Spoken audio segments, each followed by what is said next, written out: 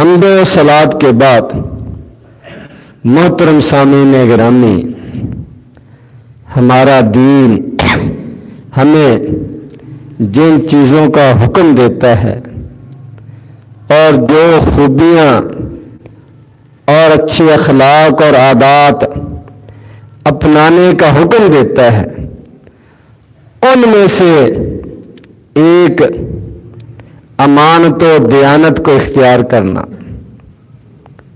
اور اپنے آپ کو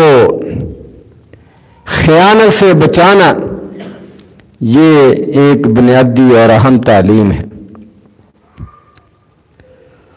اللہ تبارک و تعالیٰ نے اپنے مومن ایمان والے بندوں کی جو صفات گنوائی ہیں، ان میں سے ایک صفت یہ بھی ذکر کی ہے، مَا وَالَّذِينَ هُمْ لِأَمَانَاتِهِمْ وَعَهْدِهِمْ رَاعُونَ، کہ اللہ تبارک و تعالیٰ کے ایمان والے بندے، ان کی صفات میں سے ایک صفت یہ ہے کہ وہ اپنی امانتوں کی اور اپنے عہد و پیمان کی، وعدوں کی پاسداری کرتے ہیں، ان کی حفاظت کرتے ہیں، ان کا خیال رکھتے ہیں۔ تو امانت کا خیال رکھنا، امانت کے اندر خیانت سے بچنا، یہ ایک مومن کی صفت ہے، اس کی پہچان ہے۔ نبی کریم صلی اللہ علیہ وسلم اور تمام انبیاء کرام سب سے بڑے امانت دار تھے، امین تھے۔ قرآن مجید میں ان الفاظ کے ساتھ ان کا ذکر کیا گیا ہے، انی لکم رسول امین، میں تمہاری طرف رسول بنا کر بھیجا گیا ہوں اور امین ہوں، امانت دار ہوں، خیانت کرنے والا نہیں ہوں، تمہارا بھلا اور خیر خواہی چاہنے والا ہوں، اپنے مفادات اکٹھے کرنے والا نہیں ہوں۔ اللہ تبارک و تعالیٰ نے جو ڈیوٹی، ذمہ داری ادا کرنے کا حکم دیا ہے، وہ من و ان، صحیح بغیر کسی کمی کے اور بغیر کسی زیادتی کے، بغیر کسی اضافے کے تم تک پہنچانے والا۔ اور جبرائیل علیہ السلام کو بھی امین فرشتہ کہا گیا ہے، روح الامین کہا گیا ہے۔ تو گویا کہ امانت داری، امین ہونا، یہ بہت اعلیٰ صفت ہے، بہت بڑی خوبی ہے۔ نبی کریم صلی اللہ علیہ وسلم کی نبوت سے پہلی زندگی بھی صدق و امانت پر مبنی تھی۔ آپ کو سارا معاشرہ صادق اور امین کے لقب سے پکارتا تھا، اور جب نبی کریم صلی اللہ علیہ وسلم نے مختلف ملکوں، علاقوں کے بادشاہوں کو خط لکھے، اسلام کی دعوت دی،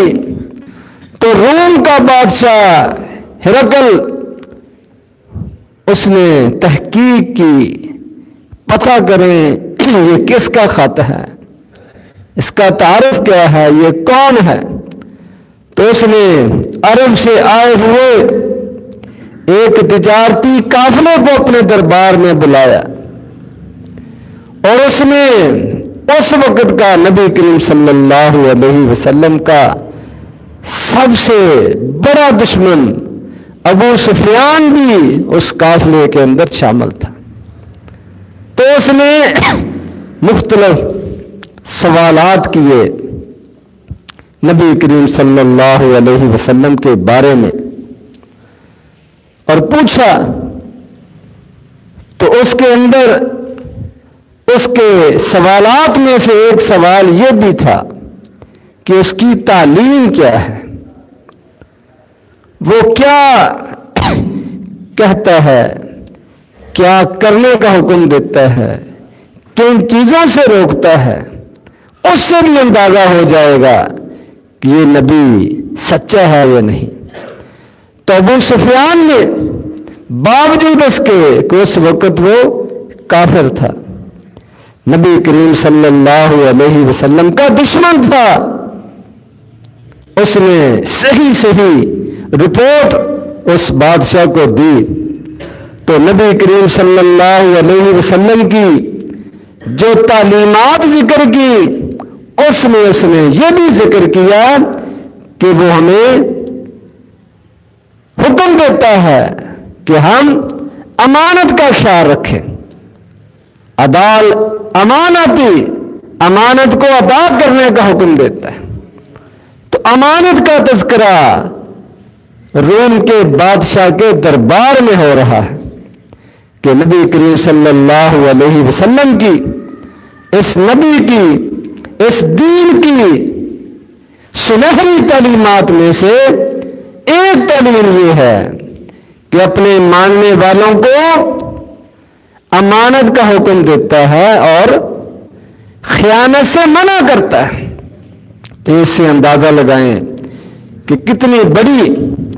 یہ اعلیٰ صفت ہے اور خوبی ہے۔ ایک دفعہ نبی کریم صلی اللہ علیہ وسلم کے ایک صحابی حاطب بن ابی بلتا رضی اللہ تعالی عنہ، ان سے ایک غلطی ہوئی۔ نبی کریم صلی اللہ علیہ وسلم نے پروگرام بنایا کہ مکے والے قریشی، ان کے ساتھ معاہدہ ہوا تھا صلح کا، جنگ نہ کرنے کا 10 سال تک، لیکن انہوں نے جو معاہدے کی شرطیں تھیں اس کی خلاف ورزی کی ہے، ان کو توڑا ہے۔ اب ہمارا حق بنتا ہے کہ ہم ان سے بدلہ لیں، ان کی اس خلاف ورزی کا ان کو سبق سکھائیں۔ تو نبی کریم صلی اللہ علیہ وسلم نے مکہ والوں پر چڑھائی کا فیصلہ کیا، حملے کا فیصلہ کیا، اور اللہ تبارک و تعالیٰ سے دعا کی کہ یا اللہ ہماری اس جو مہم ہے، جو پروگرام ہے، یہ خفیہ رہے، کسی کو خبر نہ ملے، کسی کو پتہ نہ چلے۔ تو شاید اس کے اندر آپ کی یہ خواہش تھی کہ زیادہ لڑائی نہ ہو، جنگ نہ ہو، اچانک ہم پہنچیں تو جلدی فتح حاصل ہو جائے، تو قتل و غارت سے بچت ہو جائے۔ لیکن حاطب بن ابی بلتا رضی اللہ تعالی عنہ، ان کے کچھ عزیز و اقارب مکہ مکرمہ میں رہتے تھے، ان کو ان کی فکر لاحق ہوئی کہ جب مکے والوں کو پتہ چلے گا کہ مسلمان حملہ کرنے آ رہے ہیں تو مسلمانوں کے جو رشتہ دار ادھر رہتے ہیں ان کو وہ یرغمال بنا لیں گے، قیدی بنا لیں گے، ان پر ظلم و ستم کریں گے، ان کو قتل کریں گے، تنگ کریں گے۔ تو اس نے کہا کہ اللہ تبارک و تعالیٰ نے تو نبی کریم صلی اللہ علیہ وسلم کو فتح دینی ہی دینی ہے، چلو میں مکے والوں پر ایک احسان کرتا ہوں، ان کو یہ خبر دیتا ہوں، اس وجہ سے میرے جو عزیز و اقارب ادھر ہیں ان کو کچھ نقصان نہیں ہوگا، اس کا کچھ خیال رکھیں گے۔ تو اس نے ایک خط لکھا مکے والوں کی طرف کہ تمہارے خلاف چڑھائی کا پروگرام بن رہا ہے، اپنا انتظام کر لے، بندوبست کر لے۔ تو نبی کریم صلی اللہ علیہ وسلم کو اللہ تبارک و تعالیٰ نے وحی کے ذریعے سے خبر دے دی۔ آپ کی تو پہلے دعا تھی کہ یا اللہ یہ ہمارا کام خفیہ رہے، کسی کو خبر نہ چلے، پتہ چلے۔ تو نبی کریم صلی اللہ علیہ وسلم نے 2-3 صحابہ کرام کی ڈیوٹی لگائی کہ جس حاتب بن ابی بلتہ نے جس ایک عورت کے حوالے خط کیا تھا کہ مکے جا کر دے دینا، فرمایا کہ ایک عورت وہ خط لے کر جا رہی ہے، تم پیچھے پہنچو پر تمہاری اس سے ملاقات ہوگی، اس سے وہ خط واپس لے آؤ۔ تو صحابہ کرام گئے، خط واپس لے آئے، اللہ تبارک و تعالیٰ نے معاملہ حل فرما دیا۔ تو نبی کریم صلی اللہ علیہ وسلم نے جب وہ خط کھولا، پڑھا، دیکھا تو پتا چلا کہ حاتب نے لکھا ہے، حاتب بن بلتہ نے، تو ان کو بلا لیا کہ یہ تم نے کیا کیا؟ تو انہوں نے پھر نبی کریم صلی اللہ علیہ وسلم سے معافی مانگی، معذرت کی کہ میرا مقصد یہ نہیں تھا کہ مسلمانوں کو فتح نہ ہو، میرا صرف یہ مقصد تھا کہ وہاں عزیز و اقارب جو ہیں وہ محفوظ رہیں۔ اللہ تبارک و تعالیٰ نے مکہ تو فتح کرا ہی دینا ہے، وہ تو ہو ہی جانا ہے۔ تو نبی کریم صلی اللہ علیہ وسلم نے اس کو چھوڑ دیا، درگزر کیا، معاف کر دیا۔ اور اس کی ایک وجہ یہ بھی تھی کہ وہ غزوہ بدر میں شریک ہوئے تھے، تو فرمایا کہ اللہ تبارک و تعالیٰ نے بدر والوں کے ساتھ وعدہ کیا ہے کہ تمہیں میں نے معاف کر دیا ہے، تمہاری پچھلی غلطیاں بھی معاف ہے، اور آئندہ بھی تم سے اگر کوئی غلطی ہوگی وہ بھی معاف ہے۔ اس لیے نبی کریم صلی اللہ علیہ وسلم نے ان کو معاف کر دیا کہ ویسے بھی جو خطرہ تھا ان سے ہم بچ گئے ہیں۔ تو اس وقت اللہ تبارک و تعالیٰ نے یہ آیات نازل فرمائی، یا ایھا الذین آمنوا، اے ایمان والو، لا تخونوا اللہ والرسول وتخونوا اماناتکم وانتم تعلمون، کہ اللہ کی خیانت نہ کرو، رسول کے ساتھ خیانت نہ کرو، اور اپنی امانتوں میں خیانت نہ کرو جبکہ تمہیں پتہ ہو، علم ہو کہ یہ امانت ہے، اس کی حفاظت کا حکم ہے، اس میں خیانت کرنا جائز نہیں ہے۔ تو پھر تم اگر خیانت کرو گے تو تمہارا ایمان خطرے میں پڑ جائے۔ تو یہ ان سے خیانت ہوئی، غلطی ہوئی، تو اللہ تبارک و تعالیٰ نے ان کے ذریعے سے سارے مسلمانوں کو ہمیشہ کے لیے یہ سمجھا دیا، یہ تربیت کر دی کہ اس طرح کے راز آؤٹ کرنا، امانتوں میں خیانت کرنا، یہ مومن کی شان کے لائق نہیں ہے، یہ ایمان کے تقاضے کے خلاف ہے۔ اس سے اپنے آپ کو بچاؤ، پکے سچے مومن بن جاؤ، امانت دار مومن بن جاؤ، امین مومن بن جاؤ، کہ ہر بندہ تم پر اعتبار کرے، اعتماد کرے، اس کو تمہارے ساتھ کوئی لین دین کرتے وقت، کوئی معاملہ کرتے وقت، رشتہ ناتا کرتے وقت، کوئی کاروبار کرتے وقت اس کو کسی قسم کا کوئی خطرہ محسوس نہ ہو، ڈر محسوس نہ ہو، اس کو تسلی ہو، یقین ہو کہ میں ایک مسلمان سے معاملہ کر رہا ہوں، ایک مومن کے ساتھ میرا معاملہ ہو رہا ہے، اور یہ مجھے دھوکہ نہیں دے گا، یہ میرے ساتھ خیانت نہیں کرے گا، یہ امانت داری سے کام لے گا۔ یہ ہمارے اسلام کی تعلیم ہے۔ اور نبی کریم صلی اللہ علیہ وسلم نے جب مکہ فتح کر لیا تو اس وقت صدیوں سے نسل در نسل جس خاندان کے پاس بیت اللہ کی چابیاں، اس کے دروازے کی چابیاں تھیں، وہ ایک دفعہ نبی کریم صلی اللہ علیہ وسلم کے پاس آ گئے، فتح کی وجہ سے، کامیابی کی وجہ سے، لیکن اللہ تبارک و تعالیٰ نے حکم دیا ان اللہ یأمرکم ان تؤدوا الامانات الی اہلھا، کہ چھوٹی امانت ہو بڑی امانت ہو، جو اس کا حقدار ہے اس تک پہنچاؤ، اس کے حوالے کرو۔ تو نبی کریم صلی اللہ علیہ وسلم نے عثمان بن طلحہ رضی اللہ تعالی عنہ، جن کے پاس بیت اللہ کی چابی ہوتی تھی، ان کو بلایا اور چابی ان کے حوالے کی کہ یہ تمہارے خاندان کے اندر چابی چلی آ رہی ہے، اب بھی یہ تمہارے پاس رہے گی اور آئندہ بھی یہ تمہارے پاس رہے گی۔ اللہ تبارک و تعالیٰ نے امانتوں کو ان کے حقداروں کے حوالے کرنے کا حکم دیا ہے، یہ تمہاری امانت ہے، ہم تیرے حوالے کر رہے ہیں۔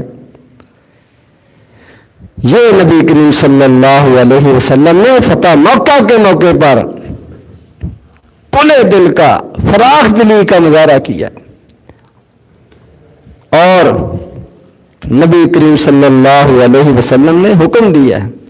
الدل امانت الی من ائتمنک ولا تخن من خانک۔ ابو داؤد شریف کی روایت کہ جو بھی تمہارے پاس امانت رکھوائے، کسی کی امانت تمہارے پاس ہو تو فرمایا اس کو واپس کرو، اس میں کسی قسم کی وہ زیادتی کرنے کا تمہیں حق حاصل نہیں ہے۔ اور فرمایا ولا تخن من خانک، اور جو تمہارے ساتھ خیانت سے پیش آئے تم بدلے میں اس کے ساتھ خیانت سے پیش نہ آؤ۔ یہ نبی کریم صلی اللہ علیہ وسلم کا حکم ہے، اسلام کی تعلیم ہے کہ اگر کسی نے تمہارے ساتھ دھوکہ کیا ہے، خیانت کی ہے، تو اب یہ نہیں کہ جب تمہیں موقع ملے تم بھی اس کے ساتھ دھوکہ کرو، اس کے ساتھ خیانت کرو، تو نہ، اس کی اجازت نہیں ہے۔ ہاں تم بدلہ لے سکتے ہو، قاضی کے پاس جا سکتے ہو، جج کے پاس جا سکتے ہو، کسی فیصلہ کرنے والے کے پاس جا سکتے ہو، اپنی شکایت کر سکتے ہو اور اس کو بتا کر اپنا حق لے سکتے ہو، اس کی اجازت ہے۔ لیکن بتائے بغیر اپنی وہ کمی کو پورا کرنا، اپنے حق کو پورا کرنا اور اس کو پتہ بھی نہ ہو، فرمایا اس کی اجازت نہیں ہے۔ اس طرح چپکے ہر آدمی اپنے بدلے لینا شروع کر دے، خیانتیں کرنا شروع کر دے کہ اس نے میرے ساتھ خیانت کی تھی، میں بھی اس کے ساتھ اسی طرح خیانت کروں گا، اس طرح تو معاملہ خراب ہو جائے، بگڑ جائے گا، کسی پر اعتماد نہیں رہے گا، مسلمانوں کے آپس کے حالات، تعلقات فرمایا یہ خراب ہو جائیں۔ یہ مسلمان معاشرے کی پہچان نہیں ہے کہ اگر اللہ نہ کرے کسی کی کوئی مثال کے طور پر